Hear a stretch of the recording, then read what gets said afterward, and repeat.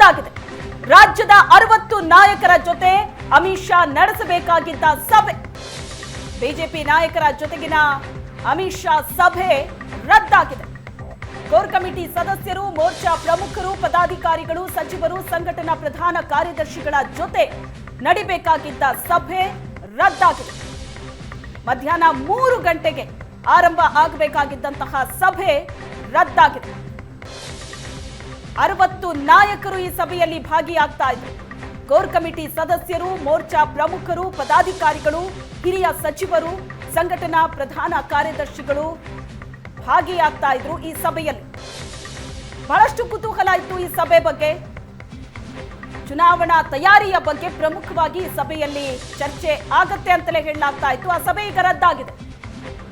ಈ ಬಗ್ಗೆ ಹೆಚ್ಚಿನ ಡೀಟೇಲ್ಸ್ ಅನ್ನ ಕೊಡ್ತಾರೆ ನಮ್ಮ ಪ್ರತಿನಿಧಿ ಆನಂದ್ ಬೈದಮನೆ ಸಂಪರ್ಕದಲ್ಲಿದ್ದಾರೆ. ಆನಂದ, ಬಹಳ ಪ್ರಮುಖವಾದಂತಹ ಸಭೆ, ಈ ಸಭೆ ಮೇಲೆ ಬಹಳಷ್ಟು ಕುತೂಹಲ ಇತ್ತು. ಆದ್ರೆ ಈ ಸಭೆ ಈಗ ರದ್ದಾಗಿದೆ. ಕಾರಣ ಏನು ಅಂತ ಗೊತ್ತಾಗಿದೆಯಾ?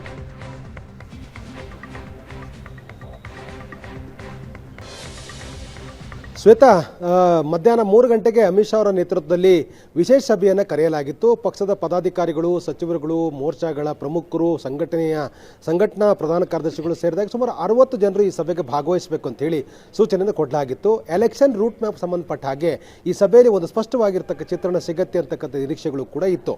ಮತ್ತು ರಾಜಕಾರಣ ನಡೀತಾ ಇರತಕ್ಕಂಥ ಕೆಲವೊಂದಷ್ಟು ಕುತೂಹಲಗಳಿಗೆ, ಅಂದರೆ ಅನುಮಾನಗಳಿಗೆ, ಬಹಳ ಪ್ರಮುಖವಾಗಿ ಸಚಿವ ಸಂಪುಟದ ವಿಸ್ತರಣೆ, ಪುನಾರಚನೆ ಮತ್ತು ಕೆಲ ಸಚಿವರುಗಳನ್ನು ಸಂಪುಟದಿಂದ ಕೈ ಬಿಟ್ಟು ಅವರಿಗೆ ಪಕ್ಷದ ಜವಾಬ್ದಾರಿ ಕೊಡ್ತಕ್ಕಂಥದ್ದು, ಹೀಗೆಲ್ಲ ಚರ್ಚೆಗಳು ನಡೀತಿರುವಂಥ ಕಾರಣಕ್ಕಾಗಿ ಈ ಒಂದು ವಿಶೇಷ ಸಭೆಯಲ್ಲಿ ಬಹಳ ಸ್ಪಷ್ಟವಾಗಿರ್ತಕ್ಕಂಥ ಒಂದು ಚಿತ್ರಣ ಸಿಗತ್ತೆ ಅನ್ನುವಂಥ ನಿರೀಕ್ಷೆಗಳು ಹೆಚ್ಚಾಗಿತ್ತು. ಆದರೆ ದಿಢೀರಾಗಿ ಆ ಸಭೆಯನ್ನು ರದ್ದು ಮಾಡಲಾಗಿದೆ. ರಾಜಕಾರಣದಲ್ಲಿ ಈ ಸಭೆಯನ್ನು ರದ್ದು ಮಾಡಿರೋದಕ್ಕೆ ಹಲವು ಚರ್ಚೆಗಳು ಕೂಡ ಆರಂಭ ಆಗಿದೆ. ಎಲ್ಲವೂ ಕೂಡ ನಿಗದಿಯಾದಂತೆ ನಡೆದಿದ್ದೇ ಆದರೆ 3 ಗಂಟೆಗೆ ವಿಶೇಷ ಸಭೆಯನ್ನು ನಡೀಬೇಕಾಗಿತ್ತು. ಅಲ್ಲಿ ಮುಂಬರ್ತಕ್ಕಂಥ ದಿನಗಳ, ಅಂದರೆ ಮುಂಬರುವಂಥ ಚುನಾವಣೆ ಇರ್ಬೋದು, ಸರ್ಕಾರದ ಕಾರ್ಯವೈಖರಿ ಇರ್ಬೋದು, ಪದಾಧಿಕಾರಿಗಳ ಬದಲಾವಣೆಗಳಿರ್ಬೋದು, ಎಲ್ಲದರ ಬಗ್ಗೆಯೂ ಕೂಡ ಒಂದು ಅಂತಿಮವಾಗಿರುವಂಥ ನಿರ್ದಿಷ್ಟವಾಗಿರ್ತಕ್ಕಂಥ ಒಂದು ಸ್ಪಷ್ಟತೆ ಸಿಗತ್ತೆ ಅನ್ನುವಂಥ ನಿರೀಕ್ಷೆಗಳು ಹೆಚ್ಚಾಗಿತ್ತು. ಆದರೆ ಈ ಸಭೆಯನ್ನು ದಿಢೀರ ರದ್ದು ಮಾಡಿರ್ತಕ್ಕಂಥದಕ್ಕೆ ಬಿಜೆಪಿ ನಾಯಕರು ನೀಡ್ತಾ ಇರುವಂಥ ಕಾರಣ ಬಹಳ ಸರಳವಾಗಿರ್ತಕ್ಕಂಥದ್ದು.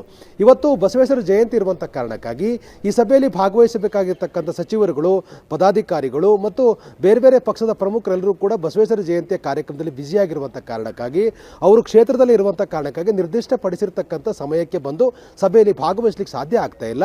ಆ ಕಾರಣಕ್ಕಾಗಿ ಸಭೆಯನ್ನು ರದ್ದು ಮಾಡಿದ್ದೇವೆ ಅಂತಕ್ಕಂಥ ಒಂದು ಸಮಜಾಯಿಷೆಯನ್ನು ರಾಜ್ಯ ಬಿಜೆಪಿ ನಾಯಕರು ನೀಡಿದ್ದಾರೆ. ಆದರೆ ಇದರ ಹಿಂದಿರ್ತಕ್ಕಂಥ ಕೆಲವೊಂದು ಸತ್ಯಗಳನ್ನು ಅರ್ಥಕೊಳ್ಳುವಂಥ ಪ್ರಯತ್ನಗಳು ಕೂಡ ಮುಂದುವರೆದಿದೆ. ಯಾಕೆಂತಂದ್ರೆ ರಾಜಕಾರಣದಲ್ಲಿ ಒಂದು ಸಭೆಯನ್ನು ಕರೆದು ಅದು ದಿಢೀರಾಗಿ ರದ್ದು ಮಾಡುವಂಥ ಎಲ್ಲೋ ಒಂದು ಕಡೆ ಈ ರೀತಿಯ ಪ್ರಕ್ರಿಯೆ ಯಾವತ್ತೂ ಕೂಡ ಬಿಜೆಪಿಯಲ್ಲಿ ಆಗೋದಿಲ್ಲ. ಯಾಕಂದ್ರೆ ಬಿಜೆಪಿಯಲ್ಲಿ ಯಾವುದೇ ಒಂದು ಕಾರ್ಯಕ್ರಮವನ್ನು ನಿಗದಿ ಮಾಡುವಾಗಲೂ ಕೂಡ, ಯಾವುದೇ ಸಭೆಯನ್ನು ನಿಗದಿ ಮಾಡುವಾಗಲೂ ಕೂಡ ಎಲ್ಲ ಒಂದು ಆ್ಯಂಗಲ್ ಅಲ್ಲೂ ಕೂಡ ಯೋಚನೆ ಮಾಡಿ ನಿರ್ದಿಷ್ಟವಾಗಿರ್ತ ಸಮಯವನ್ನು ಬಹಳ ಸ್ಪಷ್ಟವಾಗಿ ಅದನ್ನು ನಮೂದು ಮಾಡ್ತಾರೆ. ಮತ್ತು ಯಾರು ಸಭೆಗೆ ಬರಬೇಕು, ಅಪೇಕ್ಷಿತರು ಯಾರು ಅನ್ನೋದನ್ನು ಬಹಳ ಸ್ಪಷ್ಟವಾಗಿ ಹೇಳ್ತಾರೆ. ಹಾಗಾಗಿ ಅಪೇಕ್ಷಿತರು ಮಾತ್ರ ಸಭೆಯಲ್ಲಿ ಭಾಗವಹಿಸಲಿಕ್ಕೆ ಅವಕಾಶವನ್ನು ಕೊಡ್ತಾರೆ. ಈ ರೀತಿಯಾಗಿರುವಂಥ ಶಿಸ್ತಿರತಕ್ಕಂಥ ಪಕ್ಷ ಭಾರತೀಯ ಜನತಾ ಪಕ್ಷ. ಅಮಿತ್ ಶಾ ಅವರ ಕಾರ್ಯಕ್ರಮ ಸುಮಾರು 5 ದಿನಗಳ ಹಿಂದೆ ನಿಗದಿಯಾಗಿದ್ದರೂ ಕೂಡ ಈ ಸಂಬಂಧಪಟ್ಟಾಗೆ ಮುಖ್ಯಮಂತ್ರಿ ಸೇರಿದಾಗೆ ಪಕ್ಷದ ಪ್ರಮುಖರೆಲ್ಲರೂ ಕೂಡ ಕೂತು ಚರ್ಚೆ ಮಾಡಿ ಈ ಕಾರ್ಯಕ್ರಮದ ವೇಳಾಪಟ್ಟಿ ಸಿದ್ಧಪಡಿಸಿರುವಂಥ ಈ ಸಂದರ್ಭದಲ್ಲಿ ಬಸವೇಶ್ವರ ಜಯಂತಿ ಬಗ್ಗೆ ಒಂದು ಸ್ಪಷ್ಟವಾಗಿರ್ತಕ್ಕಂಥ ಕಲ್ಪನೆ ಇರಲಿಲ್ವಾ ಅಂತಕ್ಕಂಥ ಮಾಹಿತಿಗಳು, ಅಂದರೆ ಆ ರೀತಿಯಾಗಿರುವಂಥ ಅನುಮಾನಗಳು ಕೂಡ ಮೂಡುತ್ತೆ.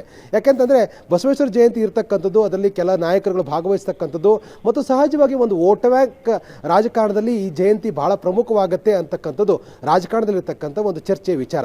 ಹಾಗಾಗಿ ಈ ವಿಚಾರ ಗೊತ್ತಿದ್ದು ಕೂಡ ಯಾಕೆ ಕಾರ್ಯಕ್ರಮ ನಿಗದಿ ಮಾಡಿದ್ರು, ಸಭೆಯನ್ನು ನಿಗದಿ ಮಾಡಿ ದಿಢೀರಾಗಿ ಯಾಕೆ ರದ್ದು ಮಾಡಿದ್ರು ಅಂತಕ್ಕಂಥ ಚರ್ಚೆಗಳು ಕೂಡ ಇರುವಂಥದ್ದು. ಹಾಗಾದರೆ ಈ ಒಂದು ಸಭೆಯನ್ನು ನಿಗದಿ ಮಾಡಿ ನಂತರ ರದ್ದು ಮಾಡತಕ್ಕಂಥ ಈ ಒಂದು ಒಟ್ಟಾರೆ ಬೆಳವಣಿಗೆ ಹಿಂದೆ ಎಲ್ಲೋ ಬೇರೆ ರೀತಿಯಾಗಿರ್ತಕ್ಕಂಥ ಚಟುವಟಿಕೆ ಏನಾದರೂ ಆರಂಭ ಆಗಿದೆಯಾ?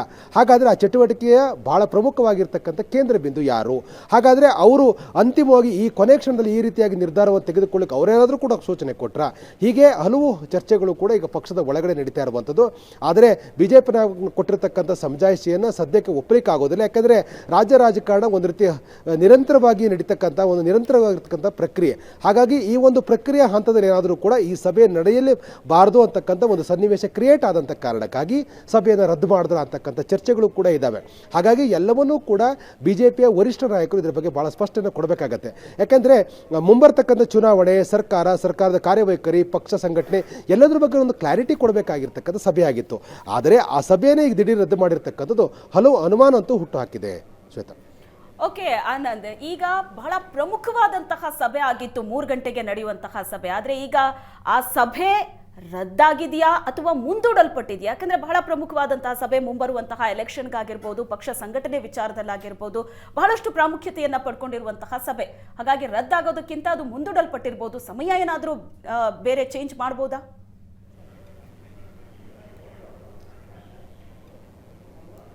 ನೋ, ಯಾಕೆಂತಂದರೆ ಅಮಿತ್ ಶಾ ಅವರ ನೇತೃತ್ವದಲ್ಲಿ ಈ ಸಭೆಯನ್ನು ಕರೆದಿರ್ತಕ್ಕಂಥದ್ದು. ಅಮಿತ್ ಶಾ ಅವರೇ ಈ ಒಂದು ಸಭೆಯ ನೇತೃತ್ವ ವಹಿಸಿಕೊಂಡು ಮುಂಬರ್ತಕ್ಕಂಥ ಚುನಾವಣೆಗೆ ಬೇಕಾಗಿ ಹಾಗೆ ಒಂದು ಬಹಳ ಸ್ಪಷ್ಟವಾಗಿರ್ತಕ್ಕಂಥ ಎಲೆಕ್ಷನ್ ರೂಟ್ ಮ್ಯಾಪ್ ಸಿದ್ಧ ಆಗ್ತಾ ಇತ್ತು. ಯಾಕಂದರೆ ಈ ಎಲೆಕ್ಷನ್ ರೂಟ್ ಮ್ಯಾಪ್ನ ಹಿನ್ನೆಲೆಯಲ್ಲಿ ಕೆಲ ನಾಯಕರಿಗೆ ಟಾಸ್ಕನ್ನು ಕೊಡೋರಿದ್ರು.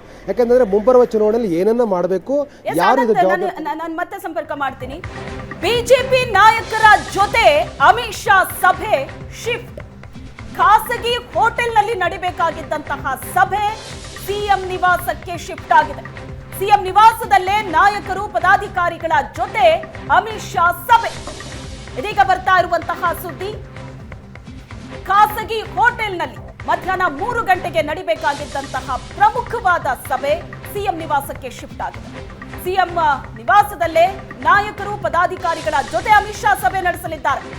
ಸಿಎಂ ನಿವಾಸದಲ್ಲಿ ಊಟ ಮುಗಿಸಿ ಅಮಿತ್ ಶಾ ಮೀಟಿಂಗ್ ನಡೆಸಲಿದ್ದಾರೆ. ಈ ಸಭೆ ಬಹಳಷ್ಟು ಪ್ರಾಮುಖ್ಯತೆಯನ್ನ ಪಡೆದಿತ್ತು. ಮುಂಬರುವಂತಹ ಚುನಾವಣೆ, ಸರ್ಕಾರದ ಕಾರ್ಯವೈಖರಿ, ಪಕ್ಷ ಸಂಘಟನೆಯ ದೃಷ್ಟಿಯಿಂದ ಈ ಸಭೆ ಮಹತ್ವ ಪಡ್ಕೊಂಡಿತ್ತು. 3 ಗಂಟೆಯ ಸಭೆ ರದ್ದು ಅನ್ನೋದು ಬಹಳ ದೊಡ್ಡ ಚರ್ಚೆಗೆ ಕಾರಣವಾಗಿತ್ತು. ಆದ್ರೆ ರದ್ದಾಗಿಲ್ಲ, ಸಭೆ ಶಿಫ್ಟ್ ಆಗಿದೆ.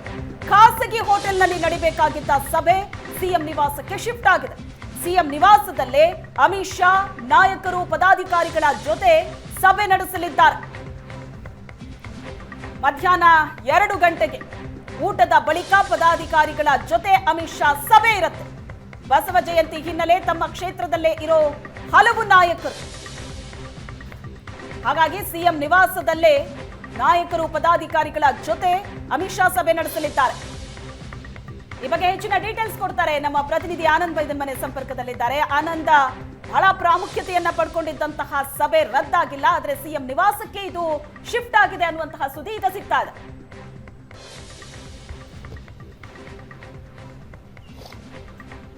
ಎಸ್ ಶ್ವೇತಾ, ಈಗ ಬರ್ತಾ ಇರುವಂಥ ಮಾಹಿತಿಯ ಪ್ರಕಾರ ಏನು ತಾಜ್ ಹೋಟೆಲ್ ನಡಿಬೇಕಾಗಿರ್ತಕ್ಕಂಥ ಏನು ವಿಶೇಷ ಸಭೆ ಅದು ಶಿಫ್ಟ್ ಆಗಿದೆ. ಯಾಕೆಂದರೆ ಮುಖ್ಯಮಂತ್ರಿಗಳ ನಿವಾಸ ಏನು ಸರ್ಕಾರ ನಿವಾಸ ಇರತಕ್ಕಂಥದ್ದು ರೇಸ್ಕೋರ್ಸ್ ರಸ್ತೆಯಲ್ಲಿ, ಆ ಒಂದು ರೇಸ್ಕೋರ್ಸ್ ರಸ್ತೆಯ ನಿವಾಸಕ್ಕೆ ಶಿಫ್ಟ್ ಆಗಿರ್ತಕ್ಕಂಥದ್ದು.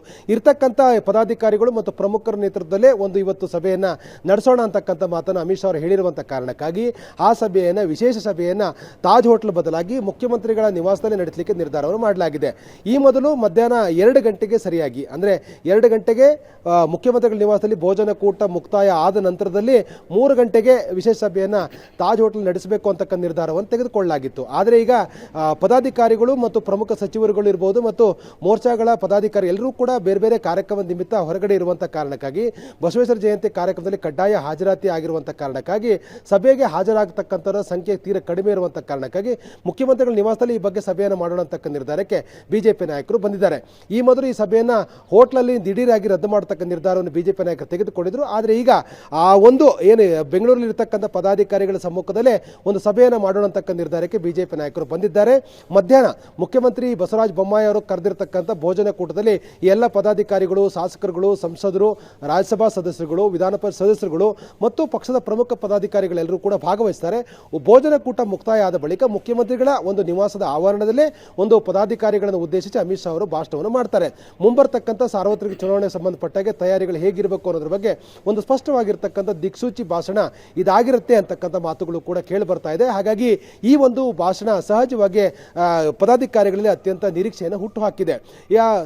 ಎಲ್ಲವೂ ಕೂಡ ಅಂದುಕೊಂಡಂತೆ ಆದರೆ ಖಾಸಗಿ ಹೋಟ್ಲಲ್ಲಿ ಒಂದು ವಿಶೇಷ ಸಭೆ ನಡೀಬೇಕಾಗಿತ್ತು. ಅಲ್ಲಿ ಬಹಳ ಹೊತ್ತುಗಳ ಕಾಲ ಸುಮಾರು 3 ರಿಂದ 4:15 ತನಕನೂ ಕೂಡ ಸಭೆಯನ್ನು ಮಾಡಬೇಕು ಅಂತೇಳಿ ಈ ಮೊದಲು ನಿರ್ಧಾರ ಮಾಡಲಾಗಿತ್ತು. ಆದರೆ ಈಗ ಮುಖ್ಯಮಂತ್ರಿಗಳ ನಿವಾಸದಲ್ಲಿ, ಅಂದರೆ ಏನು ಭೋಜನ ಕೂಟ ಆಯೋಜನೆ ಆಗಿರ್ತಕ್ಕಂಥ ಸ್ಥಳದಲ್ಲೇ ಭೋಜನ ಕೂಟದ ನಂತರದಲ್ಲಿ ಒಂದು ಮುಖ್ಯಮಂತ್ರಿ ಸೇರಿದಾಗೆ ಪಕ್ಷದ ಎಲ್ಲ ಪ್ರಮುಖ ಪದಾಧಿಕಾರಿಗಳು ಇರ್ತಾರೆ ಮತ್ತು ಆ ಸಂದರ್ಭದಲ್ಲಿ ಅಮಿತ್ ಶಾ ಅವರು ಆ ಪದಾಧಿಕಾರಿಗಳಿಗೆ ಉದ್ದೇಶಿಸಿ ಭಾಷಣವನ್ನು ಮಾಡ್ತಾರೆ ಅಂತಕ್ಕಂಥ ಮಾಹಿತಿಗಳು ಈಗ ಲಭ್ಯ ಆಗ್ತಾ ಇದೆ. ಹಾಗಾಗಿ ಸಭೆಯನ್ನು ರದ್ದು ಮಾಡಿಲ್ಲ, ಬದಲಾಗಿ ಅದನ್ನ ಬೇರೆ ಕಡೆ ಶಿಫ್ಟ್ ಮಾಡಿದ್ದಾರೆ ಮತ್ತು ದೊಡ್ಡ ಮಟ್ಟದಲ್ಲಿ ವಿಶೇಷ ಸಭೆ ನಡೆಸುವ ಬದಲಾಗಿ ಇರ್ತಕ್ಕಂಥ ಪದಾಧಿಕಾರಿಗಳ ಸಮ್ಮುಖದಲ್ಲಿ ಅಮಿತ್ ಶಾ ಅವರು ಭಾಷಣವನ್ನು ಮಾಡ್ತಾರೆ ಅಂತಕ್ಕಂಥ ಮಾಹಿತಿಗಳು ಈಗ ಸಿಗ್ತಾ ಇದೆ. ಶ್ವೇತಾ, ಓಕೆ, ಈಗ ಸಭೆ ರದ್ದು ಅಂತ ವಿಚಾರ ಹೊರಗಡೆ ಬರ್ತಾ ಇದ್ದಂತೆ ಅದ್ರ ಬಗ್ಗೆ ಚರ್ಚೆಗಳು ಬಹಳ ಜೋರಾಗ್ತಾ ಇತ್ತು. ಆದ್ರೆ ಈಗ ಸಭೆ ಸಿಎಂ ನಿವಾಸಕ್ಕೆ ಶಿಫ್ಟ್ ಆಗಿರೋದ್ರಿಂದ ಈ ಸಭೆಯಲ್ಲಿ ಪ್ರಮುಖವಾಗಿ ಯಾವೆಲ್ಲ ವಿಚಾರಗಳು ಚರ್ಚೆ ಆಗ್ಬೋದು? ಈಗ ಮೇಲ್ನೋಟಕ್ಕೆ ಕಂಡು ಬರ್ತಾ ಇರೋದು ಚುನಾವಣಾ ಪೂರ್ವ ಬಹಳಷ್ಟು ಮಹತ್ವ ಪಡ್ಕೊಂಡಿರುವಂತಹ ಸಭೆ ಇದು ಅಂತ.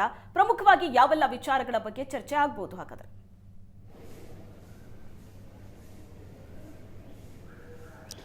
ಶ್ವೇತಾ, ಇವತ್ತು ಏನು ಭೋಜನ ಕೂಟದ ನಂತರದ ನಡೀತಕ್ಕಂಥ ಪದಾಧಿಕಾರಿಗಳ ಒಂದು ಸಭೆಯಲ್ಲಿ ಸಹಜವಾಗಿ ಚರ್ಚೆ ಆಗ್ತಕ್ಕಂಥದ್ದು ಸರ್ಕಾರದ ಕಾರ್ಯವೈಖರಿ. ಅಂದರೆ ಸರ್ಕಾರದ ಕಾರ್ಯವೈಖರಿ ಈಗ ಎಷ್ಟು ಜನಪ್ರಿಯವಾಗಿರ್ತಕ್ಕಂಥ ಆಗಿದೆ ಮತ್ತು ಅದನ್ನು ಇನ್ನಷ್ಟು ಪರಿಣಾಮಕಾರಿಯಾಗಿ ಮಾಡಲಿಕ್ಕೆ ಯಾವ ರೀತಿ ಕ್ರಮಗಳು ತೆಗೆದುಕೊಳ್ಬೇಕಾಗಿರುವಂಥ ಅನಿವಾರ್ಯತೆ ಮತ್ತು ಅಗತ್ಯತೆ ಇದೆ ಅನ್ನೋದನ್ನ ಭಾಳ ಸ್ಪಷ್ಟವಾಗಿ ಅಮಿತ್ ಶಾ ಅವರು ಮುಖ್ಯಮಂತ್ರಿಗಳು ಸಚಿವರುಗಳಿಗೆ ಭಾಳ ಸ್ಪಷ್ಟವಾಗಿ ಹೇಳ್ತಾ ಇರತಕ್ಕಂಥ ಮಾಹಿತಿಗಳು ಕೂಡ ಇದೆ. ಇನ್ನೊಂದು ಬಹಳ ಪ್ರಮುಖವಾಗಿ ಸರ್ಕಾರವನ್ನು ಇನ್ನಷ್ಟು ವೇಗ ತೆಗೆದುಕೊಂಡು ಹೋಗಲಿಕ್ಕೆ ಸಚಿವ ಸಂಪುಟದ ಪುನರ್ರಚನೆ ಇಲ್ಲವೇ ವಿಸ್ತರಣೆ ಇದ್ರ ಬಗ್ಗೆ ಒಂದು ಕ್ಲಾರಿಟಿ ಬೇಕಾಗಿದೆ. ಯಾಕಂತಂದ್ರೆ ಇರ್ತಕ್ಕಂಥ ಚುನಾವಣಾ ವರ್ಷದಲ್ಲಿ ಒಂದು ಇರುವಂಥ ಅವಧಿ ಒಳಗಡೆ ಕೆಲ ಸಚಿವರುಗಳ ಬದಲಾವಣೆ ಮಾಡ್ತಕ್ಕಂಥ ಕೂಗುಗಳು ಬಹಳ ಜೋರಾಗಿ ಕೇಳಿಬರುವಂಥ ಕಾರಣಕ್ಕಾಗಿ ಸಚಿವ ಸಂಪುಟವನ್ನು ಪುನರ್ರಚನೆ ಮಾಡಬೇಕಾ ಅನ್ನೋದ್ರ ಬಗ್ಗೆ ಕೂಡ ಚರ್ಚೆ ಆಗುತ್ತೆ. ಇಲ್ಲವೇ ಇರ್ತಕ್ಕಂಥ 5 ಸ್ಥಾನಗಳನ್ನು ಹೇಗಾದರೂ ಅದನ್ನು ಯಾವಾಗ ತುಂಬಬೇಕು, ಯಾವಾಗ ಭರ್ತಿ ಮಾಡಬೇಕು, ಭರ್ತಿ ಮಾಡತಕ್ಕಂಥ ಸಂದರ್ಭದಲ್ಲಿ ಯಾವ ಒಂದು ಮಾನದಂಡವನ್ನು ಅನುಸರಿಸಬೇಕು ಅನ್ನೋದ್ರ ಬಗ್ಗೆನೂ ಕೂಡ ಒಂದು ಸೂಚ್ಯವಾಗಿರ್ತಕ್ಕಂಥ ಚರ್ಚೆಗಳಾಗತ್ತೆ. ಆದರೆ ಇದು ಪದಾಧಿಕಾರಿಗಳ ಸಮ್ಮುಖದಲ್ಲಿ ಆಗದೇ ಇದ್ರೂ ಕೂಡ ಯಾವ ರೀತಿ ಇರಬೇಕು ಅನ್ನೋದ್ರ ಬಗ್ಗೆ ಒಂದು ದಿಕ್ಸೂಚಿ ಭಾಷಣವನ್ನು ಅಮಿತ್ ಶಾ ಅವರು ಮಾಡ್ತಾರೆ ಅಂತಕ್ಕಂಥದ್ದು. ಯಾಕೆಂತಂದ್ರೆ ಮುಂಬರ್ತಕ್ಕಂಥ ಚುನಾವಣೆ ಹಿನ್ನೆಲೆಯಲ್ಲಿ ಇಡೀ ಪಕ್ಷವನ್ನ ತೆಗೆದುಕೊಂಡು ಹೋಗ್ತಕ್ಕಂಥ ಜವಾಬ್ದಾರಿಯನ್ನು ಸಚಿವರು ಸಹಜವಾಗಿ ತೆಗೆದುಕೊಳ್ಬೇಕಾಗತ್ತೆ.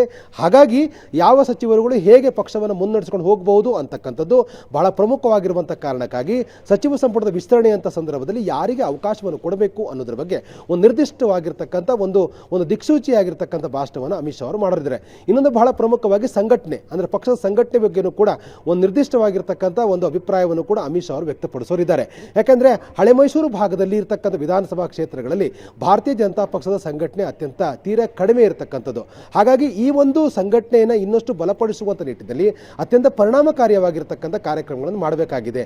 ಸಹಜವಾಗಿ ಕೆಲ ದಿನಗಳ ಹಿಂದೆ ಚರ್ಚೆ ಆಗಿರತಕ್ಕಂಥದ್ದು ಮಂಡ್ಯ ಸಂಸದೆ ಆಗಿರ್ತಕ್ಕಂಥ ಸುಮಲತಾ ಅವರನ್ನು ಕೂಡ ಬಿಜೆಪಿ ಕರೆದುಕೊಂಡು ಬರಬೇಕು ಅಂತಕ್ಕಂಥ ಚರ್ಚೆಗಳು ಕೂಡ ಇದೆ. ಹಾಗಾಗಿ ಅವರನ್ನ ಕರೆದುಕೊಂಡು ಬಂದ್ರೆ ಯಾವಾಗ ಕರೆದುಕೊಂಡು ಬರಬೇಕು, ಅವರಿಗೆ ಯಾವ ಒಂದು ಸ್ಥಾನಮಾನ ಕೊಡಬೇಕು ಅನ್ನೋ ಬಗ್ಗೆ ಚರ್ಚೆ ಇದೆ. ಹಾಗಾಗಿ ಹಳೆ ಮೈಸೂರು ಭಾಗದಲ್ಲಿ ಸಂಘಟನೆ ಮಾಡುವ ಸಂಬಂಧಪಟ್ಟ ಹಾಗೆ ಇಡೀ ರಾಜ್ಯದಲ್ಲಿ ಎಲ್ಲೆಲ್ಲಿ ದುರ್ಬಲವಾಗಿರ್ತಕ್ಕಂಥ ಸಂಘಟನೆ ಇನ್ನಷ್ಟು ಪರಿಣಾಮಕಾರಿಯಾಗಿ ಮಾಡ್ತಕ್ಕಂಥ ನಿಟ್ಟಲ್ಲೂ ಕೂಡ ಪಕ್ಷದ ನಾಯಕರಲ್ಲೂ ಕೂಡ ಚಿಂತನ ಮಂಥನ ಮಾಡ್ತಕ್ಕಂಥ ನಿಟ್ಟಲ್ಲಿ ಇವತ್ತಿನ ಸಂಜೆಯ ಸಭೆ ಅಂದ್ರೆ 3 ಗಂಟೆ ಸಭೆ ಬಹಳ ಪರಿಣಾಮಕಾರಿ ಆಗುತ್ತೆ. ಎಸ್, ಥ್ಯಾಂಕ್ ಯು ಆನಂದ್ ನಿಮ್ಮೆಲ್ಲ ಡೀಟೇಲ್ಸ್ಗೆ.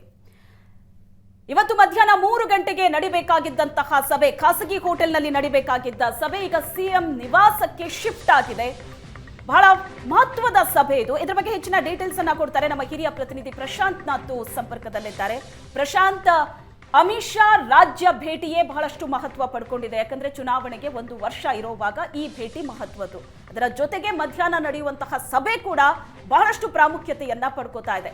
ಹಾಗಾಗಿ ಈ ಸಭೆಯಲ್ಲಿ ಚುನಾವಣೆಗೆ ಒಂದು ಭದ್ರ ತಳಪಾಯವನ್ನ ಹಾಕೊಡ್ತಾರೆ ಅಮಿತ್ ಶಾ ಅಂತಲೇ ಹೇಳ್ಬೋದು. ಶ್ವೇತಾ ನೋಡಿ, ಈ ಇಡೀ ಒಂದು ಅಮಿತ್ ಶಾ ಕರ್ನಾಟಕದ ಭೇಟಿಗಳು, ಚುನಾವಣಾ ತಯಾರಿ, ಇದಕ್ಕೆ ರಾಷ್ಟ್ರೀಯ ರಾಜಕಾರಣದ ದೃಷ್ಟಿಯಿಂದ ಮತ್ತು ರಾಜ್ಯ ರಾಜಕಾರಣದ ದೃಷ್ಟಿಯಿಂದ ಸಹಜವಾಗಿ 2 ಆಯಾಮಗಳಿವೆ. ರಾಷ್ಟ್ರೀಯ ರಾಜಕಾರಣದ ದೃಷ್ಟಿಯಿಂದ ಕೂಡ ಕರ್ನಾಟಕದ ಚುನಾವಣೆ ಸಾಕಷ್ಟು ಕುತೂಹಲ ಮತ್ತು ಮಹತ್ವವನ್ನ ಪಡಿತಾ ಇದೆ. ಅದಕ್ಕೆ ಪ್ರಮುಖವಾಗಿರ್ತಕ್ಕಂತಹ ಕಾರಣ ಕಾಂಗ್ರೆಸ್ಗೆ ಅವಕಾಶ ಇರ್ತಕ್ಕಂತಹ ರಾಜ್ಯ ಕರ್ನಾಟಕ ಅನ್ನುವ ದೃಷ್ಟಿಯಿಂದ 2024ರ ಚುನಾವಣೆಗೆ ಮುಂಚಿನ ರಾಜ್ಯಗಳ ಪಟ್ಟಿಗಳನ್ನ ನೋಡಿದಾಗ ಗುಜರಾತ್, ಹಿಮಾಚಲ್, ಕರ್ನಾಟಕ, ಮಧ್ಯಪ್ರದೇಶ, ಛತ್ತೀಸ್ಗಢ, ರಾಜಸ್ಥಾನ, ಅದರಲ್ಲಿ ರಾಜಸ್ಥಾನ ಮತ್ತು ಛತ್ತೀಸ್ಗಢದಲ್ಲಿ ಕಾಂಗ್ರೆಸ್ ಅಧಿಕಾರದಲ್ಲಿದೆ. ಆಂಟಿ ಇನ್ಕಂಬನ್ಸಿ ಮೌಂಟಿಂಗ್ ಇದೆ, ಅಲ್ಲಿ ಬಿಜೆಪಿಗೆ ಅವಕಾಶಗಳಿವೆ.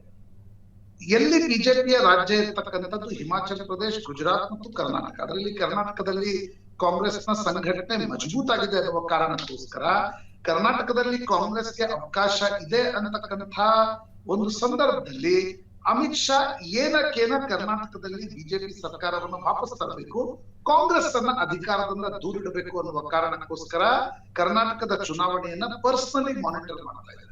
15 ದಿನಗಳ ಹಿಂದೆ ಅಮಿತ್ ಶಾ ಕರ್ನಾಟಕಕ್ಕೆ ಬಂದಾಗ ಒಂದು ರೀತಿಯ ಚುನಾವಣೆಯ ತಯಾರಿಯ ಕಹಳೆಯನ್ನ ಮೊಳಗಿಸಿದ್ರು. ಕೋರ್ ಕಮಿಟಿ ಸಭೆ ಕರೆದ್ರು. ನಂತರ ರಾಜ್ಯ ಕಾರ್ಯಕಾರಿಣಿಯಲ್ಲಿ ಜೆಪಿ ನಡ್ಡಾ ಬಂದು ಹೋದ್ರು. ಈಗ ಮತ್ತೆ ಅಮಿತ್ ಶಾ ಕರ್ನಾಟಕದ ಪ್ರವಾಸಕ್ಕೆ ಬಂದಿದ್ದಾರೆ. ಪದಾಧಿಕಾರಿಗಳ ಜೊತೆ ಚರ್ಚೆ ನಡೆಸ್ತಾ ಇದ್ದಾರೆ. Core committee, extended core committee, ವಿವಿಧ ಮೋರ್ಚಾಗಳ ಅಧ್ಯಕ್ಷರುಗಳ ಜೊತೆ ಕೂಡ ಸ್ವತಃ ಅಮಿತ್ ಶಾ ಕೂತ್ಕೊಳ್ತಾ ಇದ್ದಾರೆ. ನಿಶ್ಚಿತವಾಗಿ ಒಂದು ಚುನಾವಣೆಯ ತಯಾರಿಯ ಲಕ್ಷ್ಯದೊಡನೆ ಅಮಿತ್ ಶಾ ಕರ್ನಾಟಕಕ್ಕೆ ಬಂದಿದ್ದಾರೆ ಅಂತಕ್ಕಂಥದ್ದು ಸ್ಪಷ್ಟ. ಆದ್ರೆ ಕರ್ನಾಟಕದಲ್ಲಿ ಪದೇ ಪದೇ ನಾಯಕತ್ವ ಬದಲಾವಣೆ, ಸಂಪುಟ ರಚನೆ, ಸಂಪುಟ ಪುನಾರಚನೆಯ ಚರ್ಚೆಗಳು ಕೇವಲ ಮಾಧ್ಯಮದ ಅಂಗಳದಿಂದ ಅಥವಾ ಲೇಮ್ಯಾನ್ ಅಂಗಳದಿಂದ ಬರ್ತಾ ಇಲ್ಲ. ಬಿಜೆಪಿಯ ಅಂಗಳದಿಂದಲೇ ಈ ರೀತಿಯ ಚರ್ಚೆಗಳು ನಡೀತಾ ಇದೆ. ಹೀಗಾಗಿ ಇದಕ್ಕೆ ಫುಲ್ ಸ್ಟಾಪ್ ಅನ್ನ ಹಾಕುವ ದೃಷ್ಟಿಯಿಂದ ಅಮಿತ್ ಶಾ ಏನಾದ್ರು ಪದಾಧಿಕಾರಿಗಳ ಸಭೆಯಲ್ಲಿ, ಶಾಸಕರುಗಳ ಸಭೆಯಲ್ಲಿ ಮಾತನಾಡ್ತಾರ ಅಂತಕ್ಕಂಥದ್ರ ಬಗ್ಗೆ ಸಾಕಷ್ಟು ಕುತೂಹಲ ಇದೆ. ನೋಡಿ ಶ್ವೇತಾ, ನಿಶ್ಚಿತವಾಗಿ ಯಾವುದೇ ಪ್ರಮುಖ ನಿರ್ಣಯ, ನಾಯಕತ್ವ ಬದಲಾವಣೆಯ ನಿರ್ಣಯ ಇರ್ಬೋದು, ಸಂಪುಟ ಪುನಾರಚನೆಯ ನಿರ್ಣಯ ಇರ್ಬೋದು, ಅಥವಾ ಕೇವಲ ಸಂಪುಟ ವಿಸ್ತರಣೆಯ ನಿರ್ಣಯ ಇರ್ಬೋದು, ಅದು ಬೆಂಗಳೂರಿನ ಕರ್ನಾಟಕದ ನಾಯಕರ ಜೊತೆ ಚರ್ಚಿಸಿ ಆಗ್ತಕ್ಕಂಥ ನಿರ್ಣಯ ಅಲ್ಲ. ಇದು ಪ್ರಧಾನಮಂತ್ರಿ ಮೋದಿ, ಅಮಿತ್ ಶಾ, ಜೆ.ಪಿ. ನಡ್ಡಾ ಮತ್ತು ಪಾರ್ಲಿಮೆಂಟರಿ ಬೋರ್ಡ್ ನ ಇತರ ಸದಸ್ಯರೊಂದಿಗೆ ಇನ್ಫಾರ್ಮಲ್ ಚರ್ಚೆಯ ನಂತರವೇ ಈ ಎಲ್ಲಾ ನಿರ್ಣಯಗಳು ಆಗ್ಬೇಕಾಗಿರ್ತಕ್ಕಂಥದ್ದು. ಹೀಗಾಗಿ ಇವತ್ತಿನ ಸಭೆಯಲ್ಲಿ ಯಾವುದೇ ರೀತಿಯಾಗಿರ್ತಕ್ಕಂಥ ನಿರ್ಣಯ ಆಗುತ್ತೆ ಅಂತಕ್ಕಂಥದ್ದಿಲ್ಲ. ಆದ್ರೆ ಕಳೆದ ಕೋರ್ ಕಮಿಟಿ ಸಭೆಯಲ್ಲಿ ಶ್ವೇತಾ ಒಂದು ಪ್ರಮುಖವಾಗಿರ್ತಕ್ಕಂಥ ಅಸಮಾಧಾನವನ್ನ ಅಮಿತ್ ಶಾ ವ್ಯಕ್ತಪಡಿಸಿದ್ರು. ಕರ್ನಾಟಕದ ನಾಯಕರು ಚುನಾವಣೆಯ ದೃಷ್ಟಿಯಿಂದ ಸ್ಟ್ರಾಟರ್ಜಿಯನ್ನ ಮಾಡ್ತಾ ಇಲ್ಲ ಅಂತಕ್ಕಂಥದ್ದು. ಪ್ರಾಯಶಃ ಇವತ್ತಿನ ಸಭೆಯಲ್ಲಿ ಎಲ್ಲಾ ಕರ್ನಾಟಕದ ನಾಯಕರ ಜೊತೆ ಸ್ಟ್ರಾಟರ್ಜಿ ಏನು, ನೀಲಿ ನಕ್ಷೆ ಏನು, ಜಾತಿ ಸಮೀಕರಣದ ದೃಷ್ಟಿಯಿಂದ ಪ್ಲಾನ್ ಏನು, ಇವೆಲ್ಲವುಗಳ ಬಗ್ಗೆ ಅಮಿತ್ ಶಾ ಸವಿಸ್ತಾರವಾಗಿ ಚರ್ಚೆಯನ್ನ ನಡೆಸುತ್ತಿದ್ದಾರೆ. ಬಹುತೇಕ ಮುಂದಿನ 1 ವರ್ಷಗಳ ಕಾಲ ತಿಂಗಳಿಗೊಂದರಂತೆ ಅಮಿತ್ ಶಾ ಕರ್ನಾಟಕದ ಭೇಟಿಗಳು ನಿಗದಿಯಾಗಲಿವೆ. ಶ್ವೇತಾ,